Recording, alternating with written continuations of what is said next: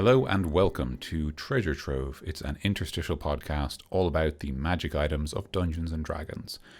Whenever we do record this specific podcast, we like to take the 5th edition Dungeon Master's Guide, or DMG, and we go through the sort of mid to late section of the book titled Magic Items, under Rewards and Treasure, I believe. And we go through it in alphabetical order, just like we do in Creature Club, and we talk about the various magic items that you can offer to your players, or perhaps to your players' enemies, as a way to make them more dangerous and a way to reward your players more for overcoming them. I'm your host, Daniel, and I'm joined by Mikey DC. How's it going, Daniel? Thank you very much for the introduction, the very good introduction. You're probably looking at the name of the episode, and you're like, hold on, that's a lot of letters. Hold your horses. There's not a lot for if we did one letter, and there wouldn't be a lot if we did 2 letters. Weirdly, yeah. And now that we have 3 letters, there isn't enough, but we're just going to do it anyway. Because I know it. Yeah, I know exactly what you mean. It's like we could start another letter, but then it would feel weird. So it's fine. Like M has way too many for us to do that as well as these ones. So we're going to just do this one as a short one, and then M as the regular sized one. The pretty long one by the looks of it. Oh my gosh. Yeah, I know. That's going to be a long one.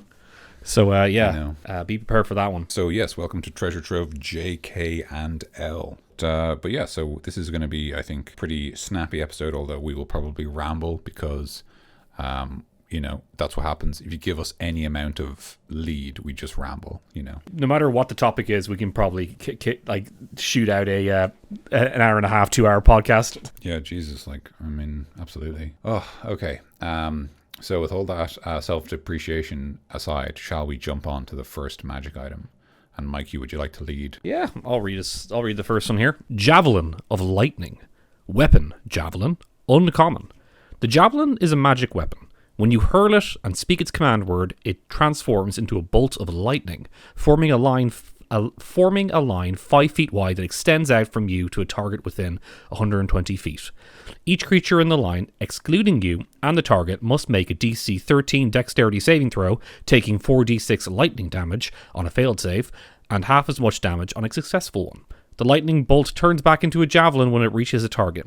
Make a ranged weapon attack against the target. On a hit, the target takes damage from the javelin plus 4d6 lightning damage. The javelin's property can't be used again until the next dawn.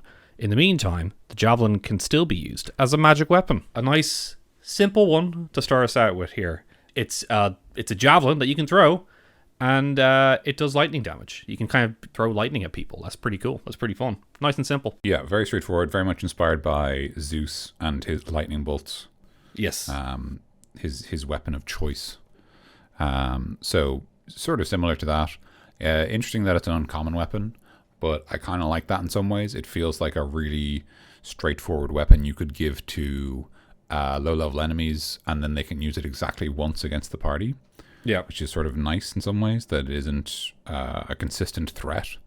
And obviously the fact that it's thrown means that it's even easier than normal for the party to steal for themselves. Yeah, or like give a boss character, like I don't know, 5 of them or something. Like a lot. Like a lot of I definitely recall in Pathfinder, a lot of high level enemies, if they were the appropriate kind, it would just say like give them like D4 plus 1 javelins of lightning in their like holsters. Because obviously it's like you just throw them once, it's a lightning bolt, and then it's used up. So they could just kind of chuck them a couple of times, and it was just a nice way to make someone more dangerous, especially at range. While letting them remain kind of a character who does other things. Because that boss, he's not gonna see the next dawn, so he won't get those lightning bolts back. No, he's not gonna see that. No, yeah. No matter what you think, that's not gonna happen. Monsters live in rounds. You have to give them something to do every round and assume they'll last 4 rounds, and then they retire by dying. They're gone forever, unless you bring them back as a ghoul or something. That'd be scary.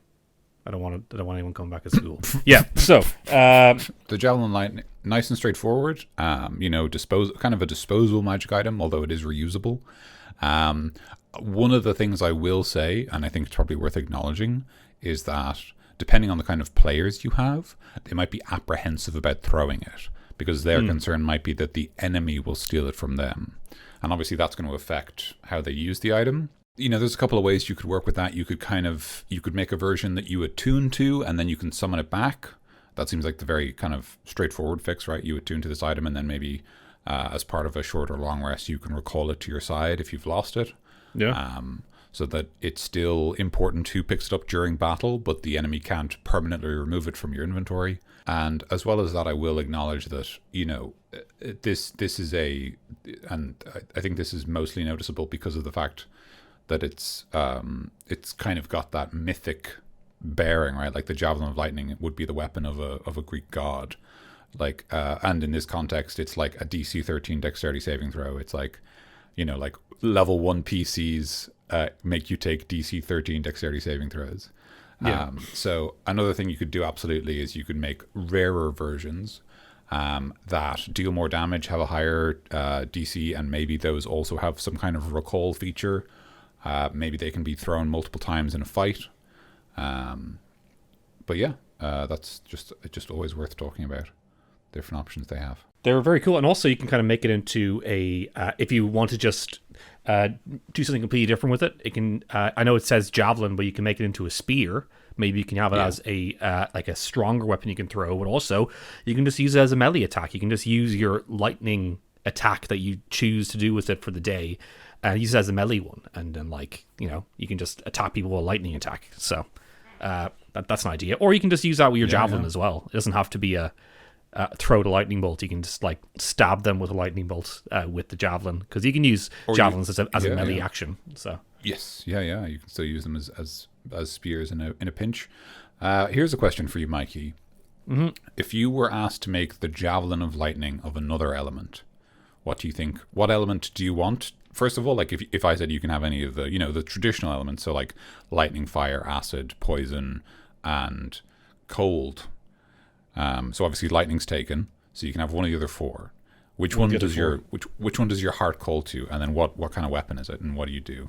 I actually the first one that comes to my head is cold. I'd say like an ice javelin. It's simple, but that one's kind of coming to me first. So absolutely. Maybe you can actually throw to people, and if they hit them, they can kind of freeze them in place. Maybe they can kind of like that's a great idea.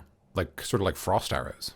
Yes, absolutely. So you can kind of freeze them in place with that. So you can use that as like a frosty javelin. So, but that's the first one that came to my head. But now when you said that, I was thinking like what like you said like the traditional elements, but then I was thinking like force, thunder. Like how can you use them? That's fun. I also like that. I'll just say for the record, I like the idea of the ice javelin, because if it like catches them and stops them, there's a cool thing where like it's the lightning one just deals damage, but the cold one actually like traps you, like it does some like control. Yeah. So it's kind of like a different specialization. In terms of the like what non-conventional elements, like I'd say something that bursts for like radiant damage, maybe like a mace or a censer, or like a light hammer, but if you throw it at someone, it like erupts into blinding light, and everyone has to like recoil from it and take radiant damage. I think in terms of the conventional elements, I like the idea of maybe a mace of acid, and instead of you throwing it, because obviously maces aren't thrown weapons, you like hit the ground and make a line of acid that like collapses the like surface. So maybe it's sort of you either dodge out of the way, or you fall in this pit of acid, and you're like, maybe your items get damaged, or you just take damage, whatever's easiest to represent. I think that would be fun. Sort of like an earthquake style effect. I'm just thinking for fire, just mechanically, really. It can basically, maybe it's just like it can do fireball. So you just have a weapon. We'll call it the javelin now. You throw this javelin into a spot, and then it does the spell fireball. So if you don't have a wizard on your team, you're like, you can still do fireball. It's this like it's like fire burst, but like fire burst javelin, but it's actually it does the same amount of damage as fireball, but you just kind of you give it to your players as a special like one time use only, maybe like maybe it just breaks after one go. That's kind of the balance to it, like this explodes. shatters, And then it explodes. into dust. It explodes. It's gone. You don't get to use it anymore. You can't have it anymore. Or like you roll d4. If you get 1, then it shatters, and then if you roll anything else, then you get to use it next day. It's fine. So Yeah. Yeah, that could be cool. And then, I mean, poison. I would say a dagger, but the dagger of venom is already a magic item. So yeah, it would be kind of interesting if you had a big poison javelin, but like rather than creating a line of lightning or anything like that, it instead just sort of had kind of a almost like a foe seeking weapon or something, right? Like you throw it at someone and it gets advantage on the attack roll, like it's very likely to hit, and then when it does hit them, like the poison, like it's like the poison is permanent. They're just poisoned if they fail the Constitution saving throw. They're just poisoned indefinitely, until they use some kind of magic to clear it, because they're just like, the weapon is designed to like bring you down, or like it's sort of a spiteful, hateful weapon. I think those are all the conventional elements. And then there's also necrotic and thunder and psychic and you can do a lot with that. nondescript damage type. Yeah, Force fanaticism damage. I don't think we gave one for that. Fanaticism damage. Force damage can just be a grenade. Yeah, I would. Yeah, grenade. force damage feels like a grenade. Yeah, some sort of magic grenade. That's it. That's just a ball that explodes. It's a grenade. You mean a grenade? No, it's a grenade. Like magic or something. No, it's magic. It's a ball that explodes. It's a grenade. That it's sounds a lot like a grenade. No, it's magic. It's magic. It's not a grenade. You don't understand. It's magic. I have a cup of tea here, and it's like a chamomile infusion. It's really good. But the tea bag, I'm yanking it. I'm fiddling with it during our recording here, and it's really good. But it looks like mushy peas in the tea bag, and I'm like, is that peas? Am I drinking peas? Is that like chamomile pods or something? Yeah, I think so. It's like full like chamomile pods. That's nice, man. But it's really nice. That sounds really nice. I've already finished my cup of tea in my unending greed. Jesus. Well, I'm almost through mine, so yeah. It's a good cup of tea. Right. So, Javelin's Lightning, we would probably give it to an enemy, give it to a player. Yes. Anything else fun we can do with it? We can do with Javelin Lightning? So we've talked about some other elements. I think they would be a fun signature weapon for a monster. Like if you are not into, for example, like myself, one of the bits of lore in the D&D setting is that giants are really good at throwing rocks, and they have a big thing about rocks. But for example, I think that the Javelins of Lightning would be a nice signature weapon for storm giants, so that they all carry some, they always have them. And perhaps then kind of, follow through downward with different magic items, and maybe even non-magic items, that like each of the giants has in turn some kind of like weapon that is symbolic of their abilities. So like, the Javelin of Lightning, because storm giants have lightning attacks, and also I think they can fly and they live in cloud fortresses. So like the idea of them throwing lightning down on people makes sense. So maybe then fire giants have the fireball spear, or they have an entirely different thing. Maybe there's another item in this big list. So maybe, flame tongue. They can always have something like that as well. Like just flaming swords. I was never huge on the idea. I know I think we said it before on the flame, like the F episode, but I was never huge in the idea of one flame tongue. I kind of like, because fire swords are fun, so I feel like a master crafter or master blacksmith can make a flame tongue for you, but they have to be like, super legendary, but there can still be more than one though. Or even just flame tongue's like a name for, a sword that shoots fire or whatever. Yeah. Like it's just a term for it.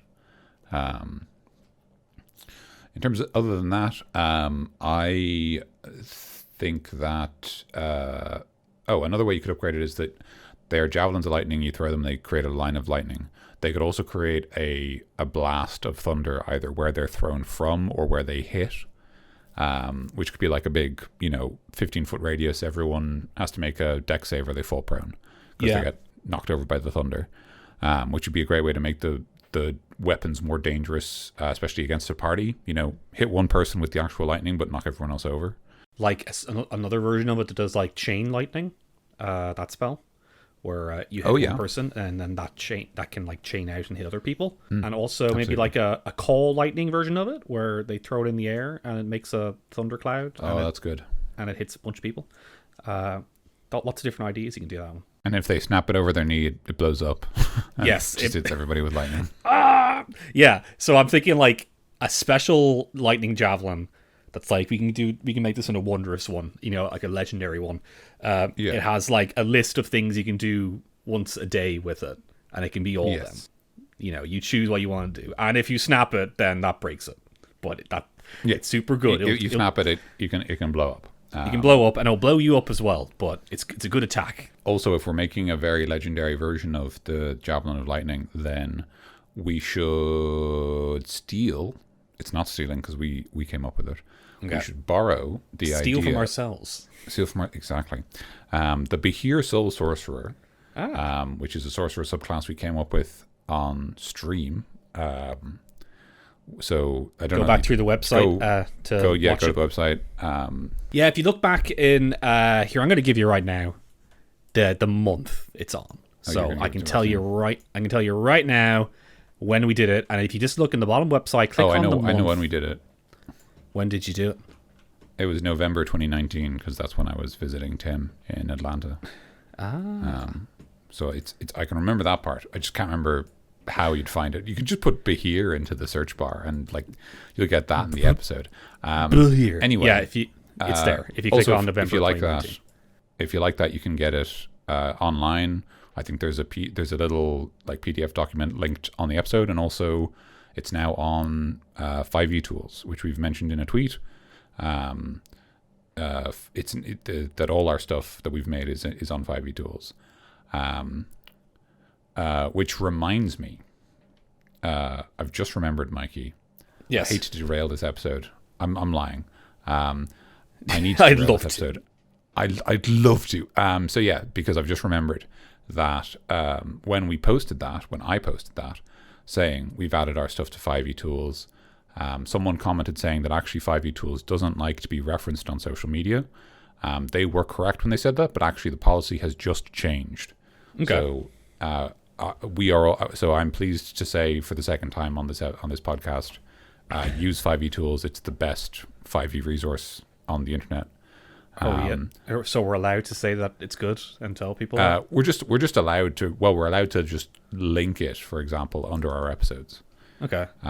Previously, they were sort of saying maybe don't do that, in case people start saying that hey, you can use this for piracy, when they're very clear about the fact that it isn't a piracy tool. It's a wiki. It's a resource of the stuff you already have. So anyway, that's the first thing. Wanted to recognize that. I also have to issue 2 different retractions because I'm a criminal. The first retraction is that in the episode about the water elementals, I made a joke about ballet being bad, and I have earned the ire of my partner by doing that. And she would like me to reiterate that was a joke, and I actually think ballet is wonderful and athletic and poetic and beautiful. I've been to ballet shows, and I've really enjoyed them. I think that was, I think for most people that might have been obvious, but I'm very happy to make that perfectly clear. And also... Caught rapid. Absolutely caught. Mikey, I have been caught rapid thrice. And also, in the Elementals episode, I said the Elementals appeared in 3rd edition. That was a mistake. They appeared in 1st and 2nd edition.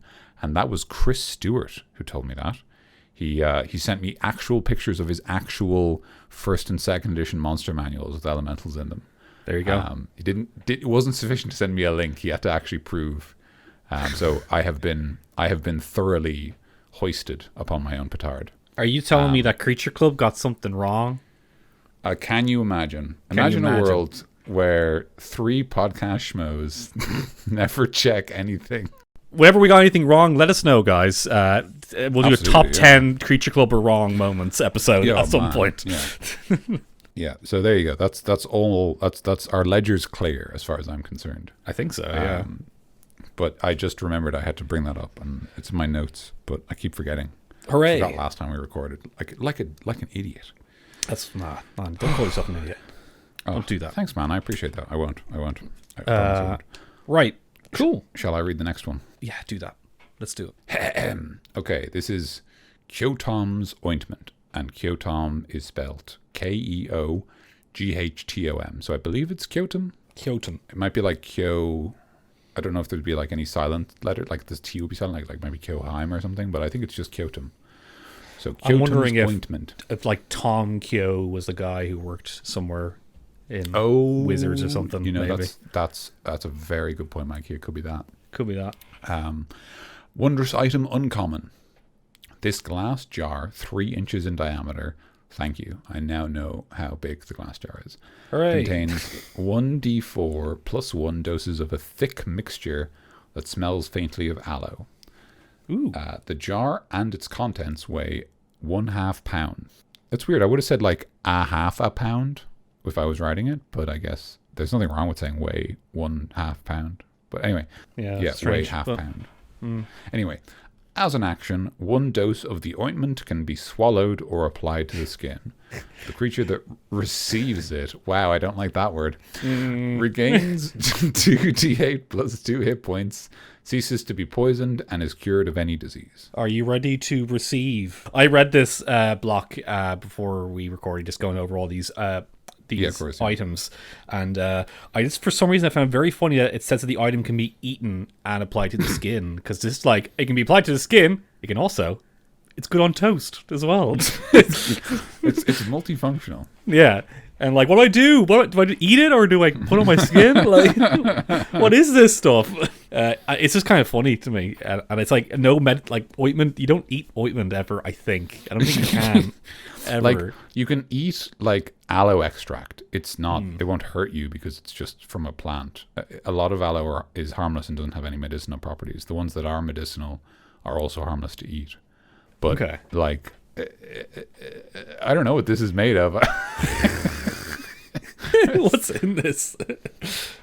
I always think it's weird that it's called Kyotom's ointment, because I guess that implies that I'm going to assume that the recipe was invented by Kyotom and not that Kyotom makes every bottle, because that would be a lot of work. If he actually just made it all. If he just like if it was like a brand in your D&D world. Yeah. And he just like has his face on it, like Paul Newman on the dressing, on the salad dressing. Kyotom's own. That'd actually be really good. Yeah.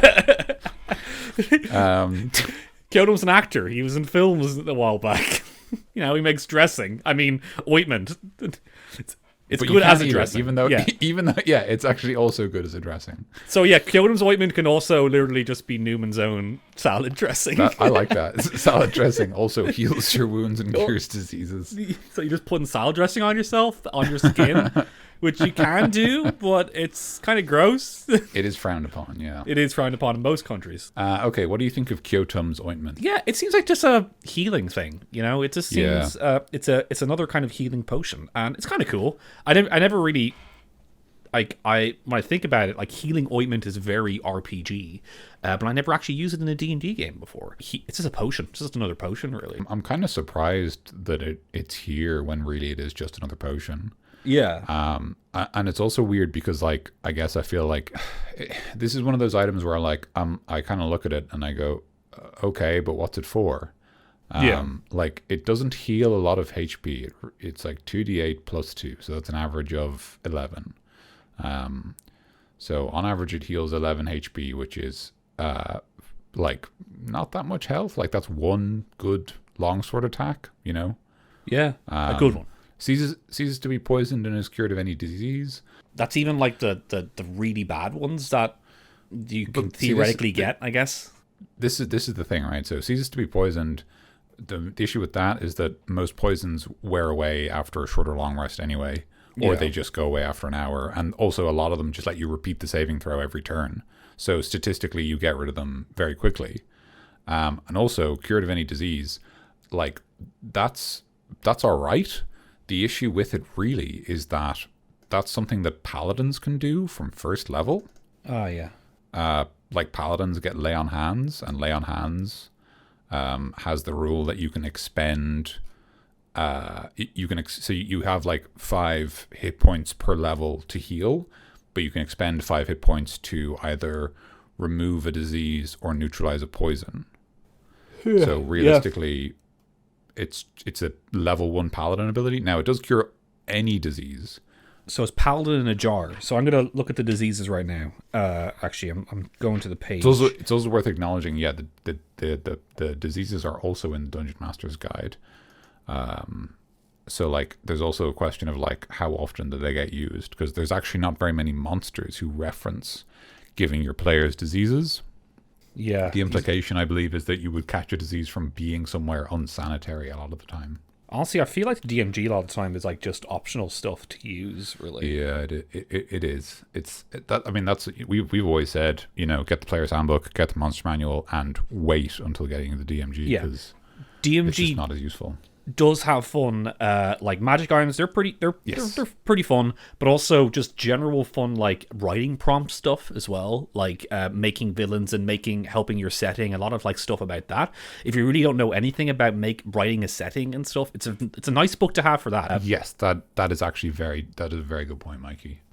So I think that's kind of really what it's for, really, because like the first quarter of the book is just kind of like helping you make a setting or helping you run a setting in D&D. Yeah, like what does your setting look like? Here's some questions, here's some thoughts. Like, you've got nations, but you've also got like factions and things like that. Yeah, absolutely. And all the gods there. Right, yeah. So sample diseases. There's 3 here. Yeah. Not very many. Cackle fever, sewer plague, sight rot. That's it. These are the 3 diseases that exist in D&D. Or like, you never get diseases in D&D. It's like you never want to go because there. The paladin can remove them from first level. Yeah. So they aren't an interesting threat. I'm thinking like 4E had like the slad kind of like they put a slad egg inside you, and that's a disease, Basically like alien happens where it comes out of your like body when it's born. I think the slads still do that, but I think it's just on their stat block. It's like you just have to look at the slad and be like, oh, I guess this happens now. Yeah. And then like, oh, am I dead? Or I guess I'm dead or something. I don't know. And can the paladin cure that? That's a great question. Why don't we look at slads? Oh God, let's see here. Which one is it? Which one Slad. can do the Curse of Slad? That's my favorite D&D book. It's so stupid. Yeah. So red slad, they have a claw attack. Oh no, it's become creature club. Oops, all creature club. So it says here it's a disease. Must succeed a DC 14 Constitution saving throw or be infected with a disease, a minuscule slad egg. So it is a disease. So there we go. If you are resistant or immune to diseases, you have that ability, and if the paladin is nearby, they can purify you. So yeah, the paladin can do it from first level. I believe the cleric has to wait until second level. Yeah, they need lesser restoration. Lesser restoration, you touch a creature and it can either end one disease or one condition afflicting it. The condition can be blinded, deafened, paralyzed, or poisoned. So so paladins weirdly are better at dealing with diseases than clerics, which is very strange in my opinion. I always thought that was a really weird sort of. I think it's just an accidental bit of like rules sort of stuff, but I always thought it was weird that like you're the dedicated like healer whose entire job is to look after people is like, oh, actually the paladin should do it. The person who also uses a sword and stuff, they should do this instead because they're better at it. Yeah. Which is just like, oh, cool. Well, thanks D&D. At least diseases never come to play. Well, this is the thing, right? They never come up either way. Yeah. So anyway, so to go back to our original point with the ointment, it doesn't heal a lot of hit points. Poisons don't matter and diseases don't matter. So it is a case of like, oh, great, but why do you exist? Yes. Like if it lifted, if for example, it removed curses, then it would be a magic item. Because even though there is just the spell remove curse that also does that, curses are a bit more serious than diseases or poisons. Not a lot, but a bit more. It has 1d4 plus 1 charges on it or doses of it. I'd say Yeah. just give it a set amount and get a good amount, and just like it'll be good. Then we're like, oh, your players just have like Oh, yeah. a lot of healing stuff. That's That's actually, Mikey. That is a great idea. If it was just like if it was like 2d12 or something, yeah, or a more reliable number. I just like d12s. Like if it was like 3d6 plus 3, right? Like it's just like you're just gonna have a good number of doses, or even go like really old school and like back in 3rd edition, wands had like 50 charges. yeah. So everyone always had a wand of cure light wounds, because having 50 cure light wounds just meant you were fine, right? The party could just always heal between fights. Yeah. So kind of a similar idea of like if you said like, okay, it's got like like 18 doses, so it's got like just loads. So you can just use it as you're like, oh, we need to top up our health after this fight. We don't need a short rest. We can use this magic item. And also, as a benefit, it will also cure poisons and diseases in case those come up in a specific dungeon. Yeah. Just do that. I was thinking 10 originally, but it can just be any amount. Like it doesn't really matter. It really depends on your table. I think I think that's kind of a your mileage may vary, but I think that's a great idea, Mikey. Is just turn it into like double or triple the number of doses, and just have it be your party's reserve of health that they can call on between fights. Yeah. I think that's a really good idea, especially on parties that otherwise wouldn't have a lot of healing. If they don't have a cleric or a paladin, for example, they just don't have that like, oh, the person who heals us isn't around. I was just gonna say you need something that can get the players up again when they go to 0 HP. You need some sort of like Phoenix down of some sort that can heal. Like just if you have no healer or a cleric, something that will get them like up again. That's it. Like, and then you can deal with it after that. But like, you don't want like. You kind of want to get up during a fight in D&D, because once it's the death spiral that we kind of talk about a lot in this, where once someone dies, then it's easy that the other guy dies, and then all your players just keep dying or keep like zero HP. I mean, and also make it salad dressing, as I said already, but like that needs to be done. Like if you're going to use Kyotom's ointment, make it Newman's ointment. Just please, make it salad. Yeah, Kyotom's own. Like make it salad dressing. Like that is a must if you're using it and you listen to Creature Clubs. So one of the things that's also nice about it in that context is that because it's an action to use, and it just says it can be swallowed or applied, that it means that whoever's carrying it can either use it on themselves or on someone else. So it's like fairly rapid. So it's reasonably easy to use in combat. You just have to be within reach of someone. Yeah. And I guess it's probably also fair to acknowledge that just because of the health it gives you, there's a slightly better chance that you get to stay up. Like, because obviously the default option for healing people when they go down is Healing Word, which is like D4 plus 2 or 3. Yeah. Which is fine, but that's normally enough that it means that like if someone actually does just hit you, then you go down again. Like, because you've got like 5 health. Whereas actually 2d8 plus 2 is a little better for sort of getting back up. And also I think you could, if you wanted to turn it into more of a long form, if you wanted to turn it into sort of a combat version of itself where like you use it in fights, it could maybe give temporary hit points as well. Just like temporary hit points for the next minute or something. So the kind of thing where like, it's not, the temporary hit points don't last long enough to be useful outside of combat. Yeah. Kyotom's own. Pretty good ointment. Great. Any more ideas of that one? The only other thing I can think of is like you could always come up with having a really unusual like side effect or other use. Like it's highly flammable, or it can make you really buoyant after you take it or something, like it has some weird like side effect that the players have to either consider or use when they're trying to go somewhere or do something. It attracts bees. It attracts bees. And giant bees come after you if you use it. You have to run away every day. And the bees have too much health, so you have to run away. You have to run. You can't fight them. Don't even. You can't fight the bees. Yeah.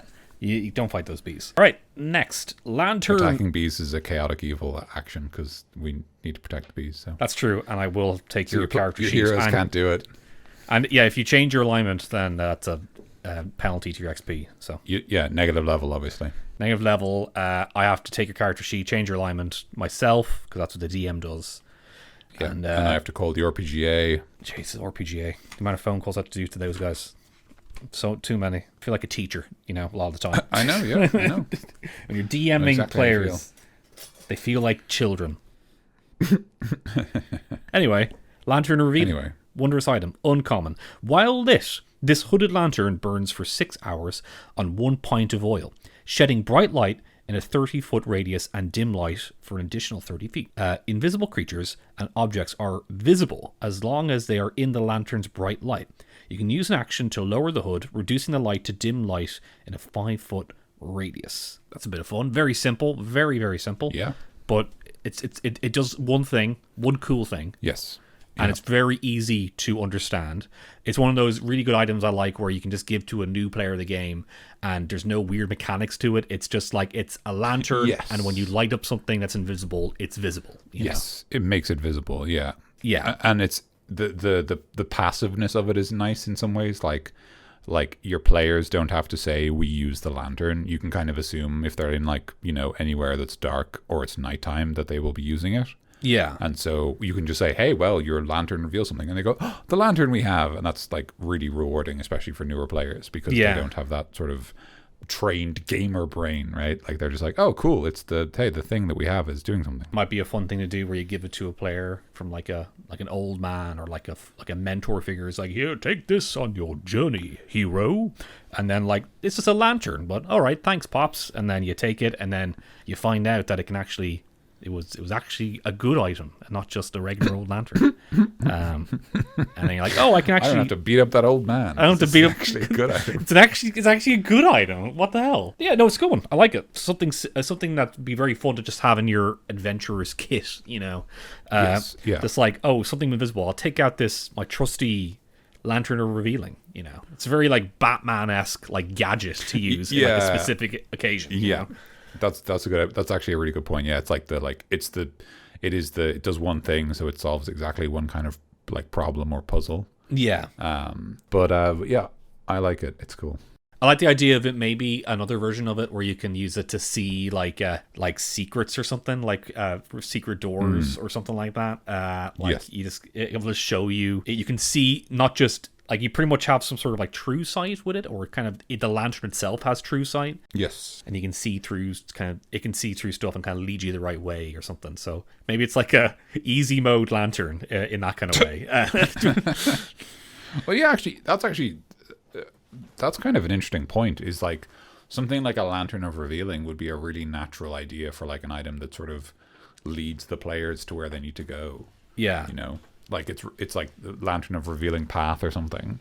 That might be kind of something interesting to give to newer players that are less certain about the idea that they should be driving, what they do. And so maybe whenever they hesitate or they don't feel like they know what to do next, then the lantern can kind of show them something or make something clear.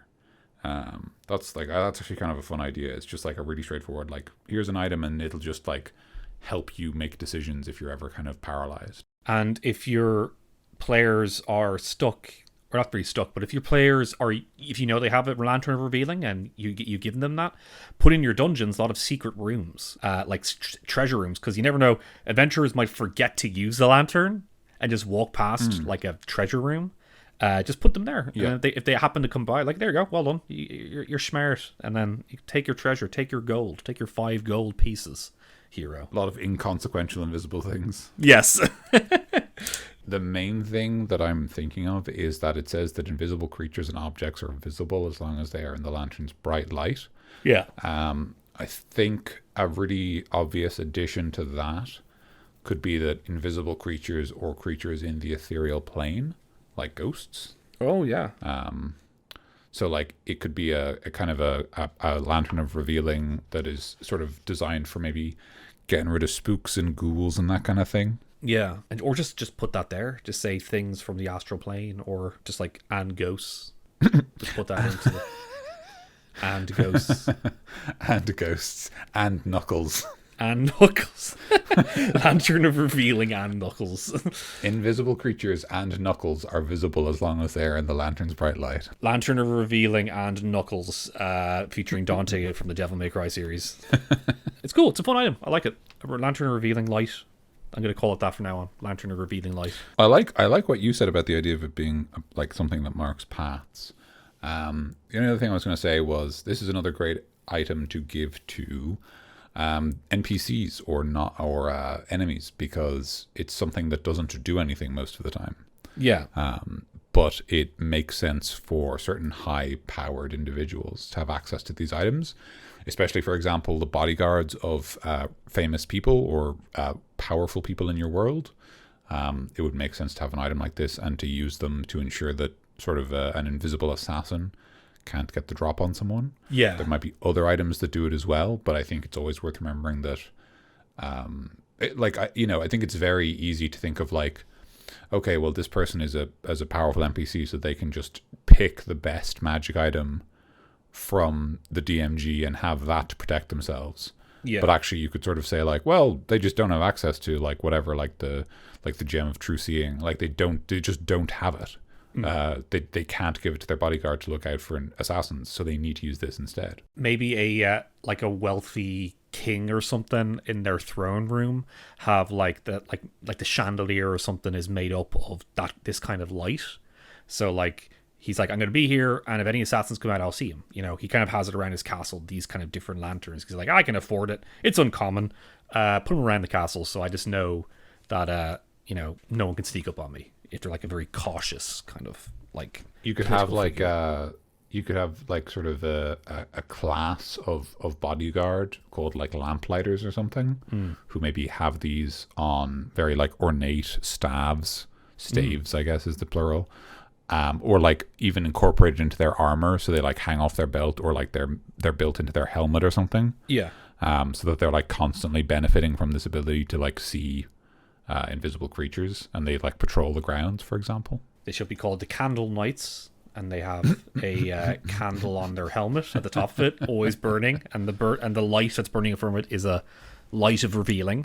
But they have to put a new candle on their head every time the candle goes out. I think I like what you said, and I guess one of the other benefits is that if you do give this to your players, you can just use invisible enemies against them. Yeah, and then they have to like remember, oh, we have an item to deal with this. If they just go through their magic items bag, and then they realize, oh, here we go. This does something. Oh my god, we have a solution to this problem. Also, one last thing, you could have a variant that pierces illusions. So that's another factor of True Sight, right? True Sight says you can see invisible creatures, you can see into the ethereal plane, and you can see through illusions. Yeah. So you could make a variant that also dispels illusions in its radius. And I think obviously something like that would be a bit more powerful, because obviously that's sort of dispelling an entire school of magic. Yeah. But even still, it's a pretty cool idea. You could always make it like there are different kinds of lanterns, like the bullseye lantern only looks in one direction. So you could always have a bullseye variant that's also a lantern of revealing that like dismisses illusions. Yeah. So it's kind of like you point the light at it and then it sort of vanishes away. That's fun. I like that. Just like you just using the 3 True Sight things. I'm just making a lantern for each. I really like that idea. Just having a set of them out there. That's cool. And if it's too powerful, whatever. That's not like. I mean, like really, it's just it's not really a big deal. It's only just worth thinking about that. Like, I mean, even a question as simple as like, it says, for example, Lantern Revealing says invisible creatures and objects are visible as long as they are within the lantern's bright light. So that also applies to the players. Yep. And so then the question is that it's worth remembering that if, for example, you made a version that also dispelled illusions, that would also apply to your players unless you reworded the ability. And then you just have to be careful that you don't accidentally make someone have a hard time because suddenly half their spells don't work. Yeah, absolutely. So like the bullseye option's a good one, I think, for that. Yeah, it's sort of like pointed at somebody and be like, because then the party couldn't even like disguise self, for example, because that would be dismissed. Absolutely. Excellent. Cool. I like that one. That's a good one. Lantern Revealing. All right. Use it to light up stuff. Last item. Mm-hmm. Here we go. And this is the only non-uncommon item we'll be covering today. Wow. This is the Luck Blade. Weapon, any sword, legendary, requires attunement. You gain a +1 bonus to attack and damage rolls made with this magic weapon. While the sword is on your person, you also gain a +1 bonus to saving throws. And then it has 2 named abilities, which is interesting because it doesn't reference these. It just has 2 named abilities. Luck. If the sword is on your person, you can call on its luck, no action required, to re-roll 1 attack roll, ability check, or saving throw you dislike. Oh, okay. Not even one I failed, just one I don't like. Yeah. I don't like that number. You must use the second roll. This property can't be used again until the next dawn. That is so weird. But that one actually saving throw you dislike. But that actually means you can re-roll anything. So if you passed a saving throw, you could actually re-roll it. You don't have to. I dislike this result, so I'd like to re-roll it. But you have to dislike it. You can't just say, you can't lie. Yeah. You can't actually like it. Yeah, obviously. Or the RPGA gets involved if you do that. Yeah, it's not worth it. It's just not worth it. Like, just tell the truth. Saving throw you dislike. But yeah, you dislike. I don't like this saving throw. That's so weird. It's like you're using dice. You're like, I hate the way the 15 looks on this dice. I'll have to re-roll that now. Yeah, I might as well use my re-roll. I just may as well use it. It'll never come up otherwise. Like, that's so weird. It just says you dislike instead of like, it could just say nothing. It could just say to re-roll 1 attack roll, ability check, or saving throw. Full stop. Like they can stop talking. Like yeah. Oh, it's so weird. I will also acknowledge that this is in this context. The weird wording here is actually kind of unclear. It says that you dislike, right? But it doesn't say, for example, a more useful word like you failed. Yeah.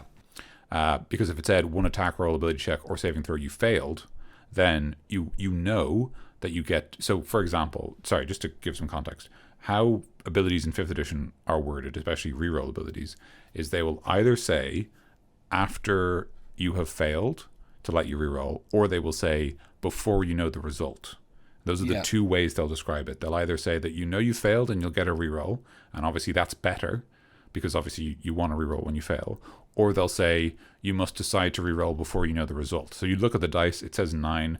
The DM hasn't told you whether you failed or not, but you're like, it's a 9, it's not great. I'm going to re-roll and hope I get better. But because it says you dislike, you don't know. It doesn't... Yeah, you don't know when you do it. But I think, like, during Treasure Trove, and I think mainly Treasure Trove, there's been a lot of this kind of stuff going on with the magic items. I think there's something happened. Yeah. I think it's like they did on a different day, a different team. They just didn't they weren't they were just starting out. Maybe they had these done before everything else, and they came up with like a system for things or how stuff is written. Or just because they wrote so many in one book, they didn't read over them. You know what I mean? Like they wrote them out. They checked for spelling mistakes. Yeah. And so they're like, okay, the Luck Blade has no spelling mistakes. Let's move on. Yeah. And so it doesn't matter that the ability is worded in a manner that doesn't make sense in how 5th edition words those abilities. Because it's not a spelling mistake, and now we're moving on. Yeah. Yeah, that's weird. Obviously we're not just about reading rules here, we're also about interpreting them. I would say that it's, or you failed. I would say that it's what you can reroll 1 thing you failed because it's a legendary item. You only get to do this once a day, which is very strict, really. So, this is weaker than legendary resistance, and it's a legendary item. And it's bonkers compared to the next thing we're going to be reading on this sword as well. Oh God, I know. All right, and so this is the next ability. So that was Luck. I don't know why it gets its own subtitle, but it does, and so does this one. Pluck. Wish. The Luck Pluck sword. Wish. The sword has 1d4 minus 1 charges. While holding it, you can use an action to expend 1 charge and cast the Wish spell from it. This property can't be used again until the next dawn. The sword loses this property if it has no charges. I wish my enemies were dead. I wish you killed my enemy, sword. I wish... It's like, I'm already a sword. What do you want from me? Yeah, so this is obviously very, very powerful. This gives you access to multiple uses of the Wish spell with no regard for what like your actual abilities are or anything else. So what's the wish spell actually like? What's written down on the wish spell? All right, I've actually got the wish spell up here. Let's do it. Okay, so wish, 9th level conjuration, so highest school of magic possible. Casting time 1 action. Range self. Components verbal. So obviously the idea is the only thing you do in this spell is you speak your wish. Yeah. Duration instantaneous. Wish is the mightiest spell a mortal creature can cast. Wow, fuck every other 9th level spell, I guess. Wow. By Fireball. simply speaking Fireball. but what about an upcast fireball? Yeah. By simply speaking aloud. You know, if you were going to say that, why did you write other 9th level spells? By simply speaking aloud, you can alter the very foundations of reality in accord with your desires. The basic use of this spell is to duplicate any other spell of 8th level or lower. You don't need to meet any requirements in that spell, including costly components. The spell simply takes effect. Alternatively, you can create one of the following effects of your choice. You create one object of up to 25,000 GP in value that isn't a magic item. The object can be no more than 300 feet in any dimension, and it appears in an unoccupied space you can see on the ground. That's sure, okay. You allow up to 20 creatures that you can see to regain all hit points and end all effects on them as described in the Greater Restoration spell. Okay. You grant up to 10 creatures you can see resistant to a damage type you choose. You grant up to 10 creatures you can see immunity to resistance to a damage type. Immunity to a single spell or other magical effect for 8 hours. For instance, you can make yourself and all your companions immune to a Lich's life drain attack. You undo a single recent event by forcing a reroll of any roll made within the last round, including your last turn. Reality reshapes itself to accommodate the new result. For example, a wish spell could undo an opponent's successful save, a foe's critical hit, or friend's failed save. You can force the reroll to be made with advantage or disadvantage, and you can choose whether to use the reroll or the original roll. Bites the dust. Bites the dust. Unlimited wishes. Where's that one? You might be able to achieve something beyond the scope of the above examples. State your wish to the DM as precisely as possible. The DM has great latitude in ruling what occurs in such an instance. The greater the wish, the greater the likelihood that something goes wrong. The spell might simply fail. The effects you desire might only be partly achieved, or you might suffer some unforeseen consequences as a result of how you worded the wish. For example, wishing that a villain were dead might propel you forward in time to a period where that villain is no longer alive, effectively removing you from the game.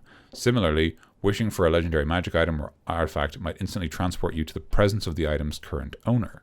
The stress of casting this spell to produce any effect other than duplicating another spell weakens you. After enduring that stress, each time you cast a spell until you finish a long rest, you take 1d4 necrotic damage per level of the spell. That damage can't be reduced percentage in any way. In addition, your strength, it doesn't say score, but it should. Your strength drops to 3 if it isn't 3 or lower already for 2d4 days. For each of those days that you spend resting and doing nothing more than light activity, your remaining recovery time decreases by 2 days. Finally, there is a 33% chance that you are unable to cast Wish ever again if you suffer this stress. Wow, 33. So this stress, yeah. So you get stressed out casting the spell. So if you cast the spell and don't do one of the normal things, then you get a bunch of penalties, basically. Yeah. Okay. It is not clear whether you still suffer those penalties if you use a luck. Yeah.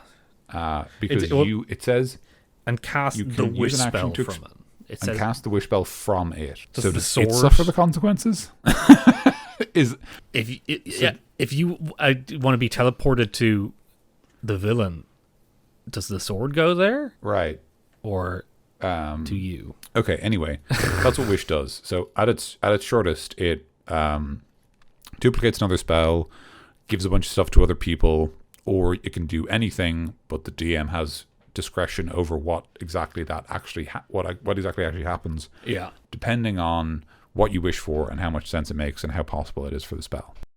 And that's weird compared to the luck. That's weird that's the two abilities it has. Yeah. Where luck is like, you can reroll any saving throw you just like. Our attack roll or ability check. And the other one's wish. You get wish. You can reroll something you dislike. It's not clear when you dislike it or what that means.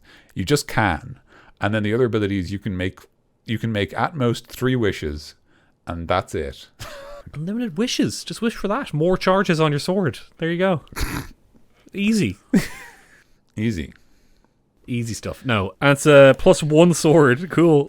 Yeah, it's not even a +3 sword. Like, it's a +1 sword that also wishes. Like, I wish you were a better sword. Turns into flame dung. Perfect. Or yeah, I just like to say I wish your damage did better. Or I wish you killed my enemies or something. Okay, this is just a weird sword. It's I can get it if it had like, because when I read this, the luck blade, I thought it had like the lucky kind of feat, almost using that on a sword. Yeah. Where you get to like, is that like you get to re-roll stuff and you have like a certain amount of like luck rolls that you have? So yeah, lucky is you have 3 luck dice every day. And whenever you are about to make a d20 roll, you can add a luck dice. When you add a luck dice, you roll all the dice and you can pick whichever one you use. And so the best time to use your luck, which is very thematically appropriate, the best time to use your luck is when you roll with disadvantage. Yeah. Because when you roll with disadvantage, you roll 2 dice and take the lower. But when you add your luck dice, you get to roll 3 dice and pick whichever one you'd like. So obviously you'll normally pick the best one. But getting to pick the best out of 3 dice is pretty good odds, which is nice, because obviously the idea is that your luck kind of steps in and saves you when otherwise you'd be in a lot of trouble. Yeah. That's all it does really. And I just really like that being on a sword, because I'm seeing that on the picture of the sword that has like the 3 little charges on the hilt. Yes. Imagine they all like lit gems. up and like that, and that's kind of showing how much luck you have, and then you can actually literally run out of luck, and that's like you're seeing the like, oh, here's my like this is all the charges that the luck blade has, and then when you run out, you're like, oh no, I'm out of luck. Damn, I'm out of time. I'm out of touch. Yeah, no, it's cool. I think it just looked really cool. Like, it just like actually in game, like in canon, in universe, like the luck feat kind of has like it's a thing basically. It's kind of showing it's like an actual thing there. Yeah, I think that, like, I guess the other thing is that obviously a sword that just gave you basically the lucky feat would also be a lot easier to determine when the players get it. Yeah. Whereas like something like a luck blade to me is like, that's basically what the whole game is about, right? Because presumably, unless you're just saying like the players just find it, which that's fun, but I always feel like the problem with that is that like that's kind of not advice. Whereas like realistically, the luck blade, it's such a powerful artifact. It's basically a sword that lets you get 3 wishes. Yeah. When normally wish is, according to the game, the most powerful spell a mortal can normally cast. Yeah. Reserved to the highest level of magic. So everyone will want a luck blade because they can wish for things when normally they can't. So I just like I can't understand. Like they're so powerful that I feel like I'd have to like sit down and figure out the context for like how and why they exist. Yeah. Basically, and explain like how they work, where anyone gets them, why they haven't all been used, and if they have, do they ever regain their power? And like, because in my head, something like a luck blade, I would actually just prefer to give it to like the villains. I think that's much more interesting. Yeah. Just because I feel like it'd be such a cool problem for the players to have to solve, that this person can just try to like wish you away, and it's not clear what the consequences of that will even be. And maybe in the final battle, you take it off him, and it has 1 wish left, and then yes, you just can undo everything that's happened. You can undo everything that happened. You can use it to gain power to defeat it. You can do whatever. Just like you just have the 1 wish or something from it. So, that's the only context I can think about using it is like during a final battle to find a luck blade. But like the battle, you use it then and only then in the final battle. But then again, I think that'll be weird because you just kind of it's like it's the same as anything else. Like, yeah. It's the same as the flaming sword or the light arrows or something. It's just like the tool that kills the bad guy, and it's like, well then why does it matter? So like, I don't know. Like the luck blade to me is like, it seems so important and powerful that like if I were to use it, it would be like one of the central points of my campaign. Yeah. Something we talked about before was an idea for I believe it was the gold dragon, or maybe in the bronze dragon. In my defense, they are similar shades. Where it was like the idea that they had an island fortress, and it was like this massive fortified location that was also the dragon's hoard, and the dragon has died or vanished, and now its island fortress has become like, it's gathered the attention of several important factions in the region. Yeah. So like the pirates wanted as a base of operations, local powers wanted to project their power into the sea, etc., etc. I feel like taking something like that and then adding a luck blade as part of the horde, or even removing the rest of the horde and just having a luck blade, would be appropriate, where it's like this one item is what everyone is fighting over. Weirdly, it would be kind of like I guess it depends, but all I'm thinking is like, but obviously the bad people, like the baddies, they can't like send their goons to get it, because what if their goons just use it to make a wish? Yeah. Because why wouldn't they? Like, you can just wish with it. What are they going to do? It's like, I'll just wish that you can't kill me, and then like, what are you going to fucking do about it? Like. Yeah. So like they'd have to be someone who has utterly loyal minions, or they're a necromancer or something, and they've got the undead or whatever, or they're just a very powerful individual and they don't have any followers. And they just have it, maybe just always had it, and they're saving their wishes or something. But like, why would they be saving? Like, how come they haven't used it yet? Yeah, exactly. Yeah, like, what are they saving it for, and why? And like, and I mean, like, this is the thing. This is what I mean when I say, like, I think the luck blade is the campaign. You come up with some sort of like Gordian knot where there are these unsolvable problems in the world that exist. You just come up with some. It doesn't really matter what they are. Yeah. You just come up with some unsolvable problems, and the idea is that the everyone wants the swords because they can solve the unsolvable problems, and so for the various entities of the world, they are like keys to unlock problems that otherwise can't be fixed. So that's why they're after them, and that's why the wishes need to be reserved, because anyone can wish for more power, but only a wish spell can solve blankety blankety blank. You know what I mean? Yeah, like something like powerful monsters, or something like a Tarask, or like really powerful titans of some sort taking over, like spawning from the ground and attacking the cities around the world, and as he said, like unsolvable problems, and then you can find a way to take them on, or there's the wishes we can do. Or you could wish a wish. What are you going to wish on your wish crisp? No, that seems like a fun way of doing it there, though. Like, that's kind of a cool idea. If you just make the campaign about getting the luck blade, or just around the luck blade, it can't really just be a thing you find in a dungeon in a chest, because it's really powerful. It is